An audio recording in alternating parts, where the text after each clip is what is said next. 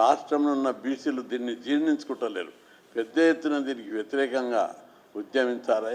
తెలంగాణ ఉద్యమం ఎట్లొచ్చిందో బీసీ ఉద్యమం కూడా అదే తీవ్ర స్థాయిలో వస్తుంది.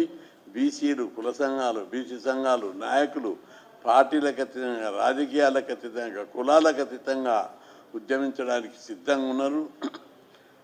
ఇది బలమైన కేసు. ఒకవైపు జీవో తీశారు, అసెంబ్లీలో బీజేపీ పార్టీ మద్దతు ఇచ్చింది, అన్ని పార్టీలు మద్దతు ఇచ్చాయి, కిషన్ రెడ్డి గారు మద్దతు ఇచ్చారు, పార్టీ పరంగా రామచంద్రరావు కూడా మద్దతు ప్రకటించారు. అన్ని కోణాలలో అన్ని పార్టీల మద్దతు ఉంది.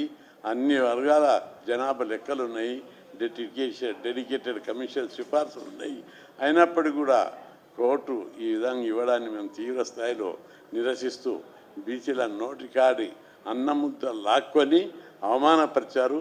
కాబట్టి దీని మీద నిరసిస్తూ 14న తలపెట్టిన బంద్కు అన్ని పార్టీలు మద్దతు ఇవ్వాలని కోరుతున్నాం. ఇది అన్ని కుల సంఘాలు, బీసీ సంఘాలు తీవ్ర స్థాయిలో, ఇది బీసీల ఆత్మగౌరవానికి సంబంధించింది. దీన్ని పెద్ద ఎత్తున చేపట్టాలని చెప్పి పిలుపునిస్తున్నాం.